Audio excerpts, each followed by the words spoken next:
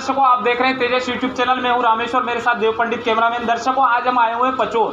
तो पचोर में हम खास जगह आए हुए हैं, खास मेहमान हमारे साथ जुड़े हुए हैं, उनका परिचय मैं आपको करा देता हूँ। भारतीय जनता पार्टी से रघुराज जी राणा, जो कि जिला संयोजक है प्रधानमंत्री कल्याणकारी योजना के। तो हम उनसे तमाम राजनीतिक बातें करेंगे, हमारे साथ सर जुड़े हुए हैं। सबसे पहला सवाल सर से मेरा है, सर विधानसभा चुनाव आने वाले हैं, तो इसको लेकर भारतीय जनता पार्टी की जन आशीर्वाद यात्रा भी चल रही है, आप उसके भी प्रभारी है। तो इसका मतलब क्या है कि सर जैसे जनता को जो काम दिया है तो वो तो वास्तव में दिया ही है, जनता को भी पता ही है, लाभान्वित हो भी रही है। तो जन कल्याण यात्रा, आशीर्वाद यात्रा निकालने का क्या कारण? प्रिय बंधुवर, भारतीय जनता पार्टी दुनिया के अंदर एकमात्र ऐसी पार्टी है जिन लोगों ने हमें अपना अमूल्य मत देकर और सरकार में बिठाया। हम उनका जब ये पूरे हमारे 4 साल 10 महीने पूर्ण हो गए हैं, तो हम उनका आशीर्वाद और कामन धन्यवाद कि आप लोगों ने हमें जिस भाव से सरकार में बिठाया था, हम उस भाव को पूर्ण करने में 100% सफल हैं। इस यात्रा का उद्देश्य यही है कि लोगों से आशीर्वाद लेने का। आपने हमें जिस दायित्व को लेकर बिठाया था, हमने उन दायित्वों को लगभग पूर्ण किया है। Thank you sir. अगला सवाल मेरा ये सर, विधानसभा चुनाव आने वाले हैं, इसको लेकर भारतीय जनता पार्टी की क्या क्या तैयारी है? आप भारतीय जनता पार्टी से शायद कम परिचित हैं, यहाँ तक मैं समझता हूँ। जी, भारतीय जनता पार्टी प्रतिदिन चुनाव लड़ती है। सर मैं तो परिचित हूँ, लेकिन जनता को मैं बताना चाहता हूँ। भारतीय जनता पार्टी प्रतिदिन चुनाव लड़ती है। जी, हमारा कोई ऐसा दिन नहीं है कि जिस दिन हम चुनाव नहीं लड़ते। जिस दिन चुनाव का समय मतलब रिजल्ट आता है ना, उस दिन से हम अगले 5 साल के चुनाव लड़ने की तैयारी करते हैं। Thank you sir. अगला सवाल मेरा ये है कि सारंगपुर विधानसभा को बीजेपी का गढ़ माना जाता है, तो क्या इस बार भारतीय जनता पार्टी वापस अपने जो पुराने रिकॉर्ड है वो कायम रखेगी या डर है इस बार? निसंदेह उस रिकॉर्डों को हम और बढ़ाकर मतों का रिकॉर्ड बनाएंगे। Thank you sir. अगला सवाल मेरा ये, जैसे भारतीय जनता पार्टी की नई नई योजना हम देख लेते हैं, लाडली बहना योजना, युवाओं के लिए सिको कमाओ योजना, किसानों के लिए किसान सम्मान निधि, 5 लाख तक का गरीबों के लिए इलाज फ्री, ऐसी बहुत सारी अनगिनत योजनाएं चलाई है। तो इन योजनाओं के पीछे क्या कारण है? क्या कांग्रेस पार्टी से डरी हुई है भारतीय जनता पार्टी? ये आपका सवाल मेरी समझ से परे। जन सेवा के लिए, जनता के लिए कार्य करना, अगर कांग्रेस से डरे तो फिर हम राजनीति क्यों कर रहे हैं? सरकार का दायित्व है कि जिन लोगों ने हमें सरकार में बिठाया है, उनका कोई काम ऐसा नहीं बचे कि उससे सरकार दूर रहे। अगला सवाल सर मेरा ये था कि राजगढ़ जिले को बीमारू राज्य कहा जाता था। पहले लोग अन्न खाने का नहीं मिलता था, पानी पीने का नहीं मिलता था, लेकिन भारतीय जनता पार्टी, आपकी पार्टी कहती है कि हमने इसको जीवित राज्य किया है। कैसे? बंधुवर, मैं जो बात आपको बताऊंगा वो ऐसा तो नहीं है कि मैं अकेले ही देखता हूँ। सबके पास आंखें हैं, दिमाग है, सब चीज़ है। बीमारू राज्य था, ये तो आपके प्रश्न में ही उत्तर छुपा हुआ है ना।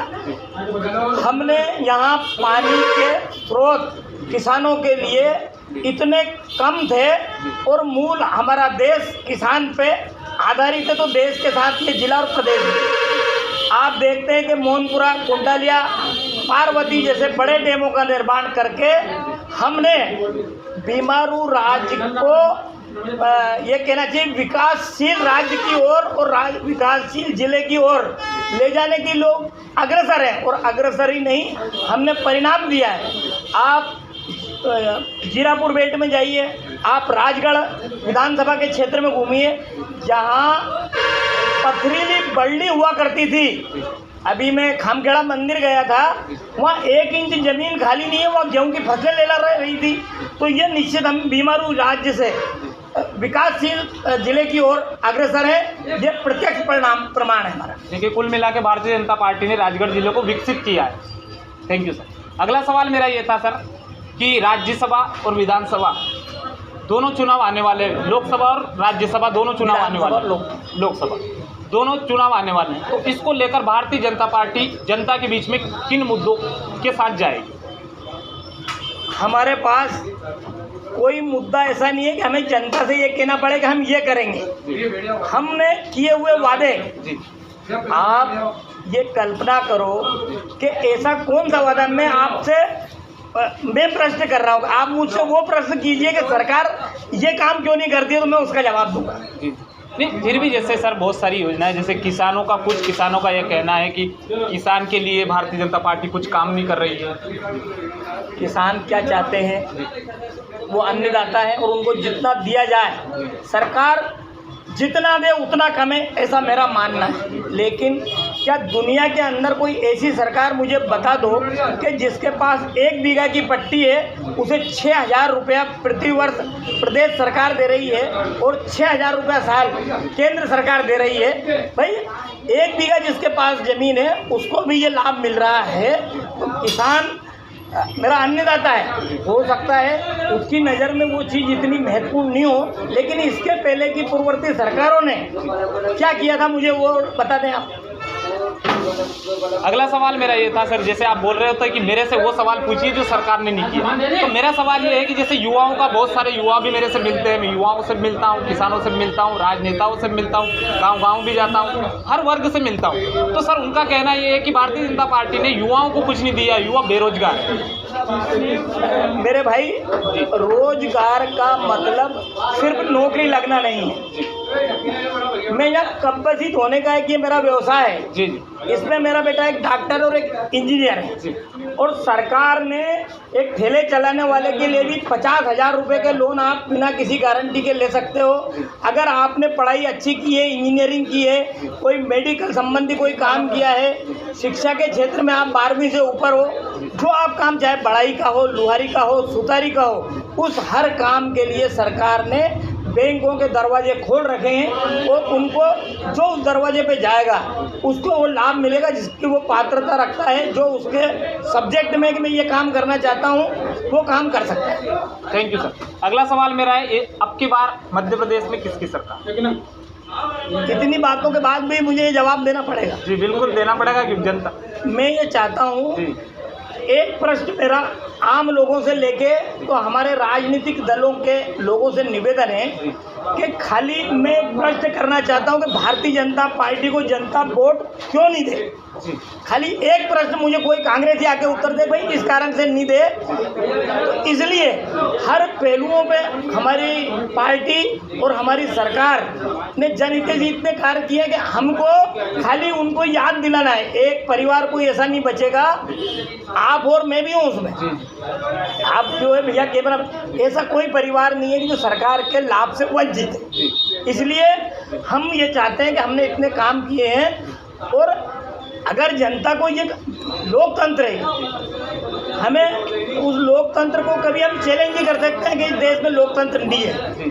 इसलिए जनता स्वतंत्र है, लेकिन हम जनता से दम ठोक के ये बात करेंगे कि इससे बेहतर क्या हो सकता है जो इस सरकार ने किया है। Thank you sir. लास्ट मेरा सवाल आपसे सर, हमारा चैनल है यूट्यूब चैनल तेजस, इसके माध्यम से हम हर वर्ग के लोगों से मिलते हैं, गांव में, शहर में, सबसे, तो आप इसके माध्यम से, हमारे चैनल के माध्यम से जनता को क्या संदेश देना चाहेंगे और हमारे चैनल को क्या बोलना चाहेंगे? सबसे पहले तो मैं आपके तेजस्वी चैनल का धन्यवाद देता हूं कि वो कस्बई क्षेत्रों में जाकर और जन भावनाओं से जनता को अवगत करा रहे हैं, इसलिए मैं उनको धन्यवाद देता हूं। और जनता से मैं इस चैनल के माध्यम से विनम्र आग्रह करता हूं कि देश में एक बयार चली हुई है विकास की, मान सम्मान की, जनता के स्वाभिमान की, और वो सिर्फ और सिर्फ भारतीय जनता पार्टी की सरकार कर रही है। इसलिए मैं निवेदन करूंगा कि वो भारतीय जनता पार्टी को अपना अमूल्य योगदान दें, ताकि निरंतर विकास, धर्म, राजनीति, इन सब में हमारा अभी G20, चंद्रयान, ऐसी उपलब्धियां भारतीय जनता पार्टी की सरकारों द्वारा की गई है कि जिन चीज़ों में दुनिया के देश माहिर थे वो असफल हुए और हमारा देश सफल हुआ।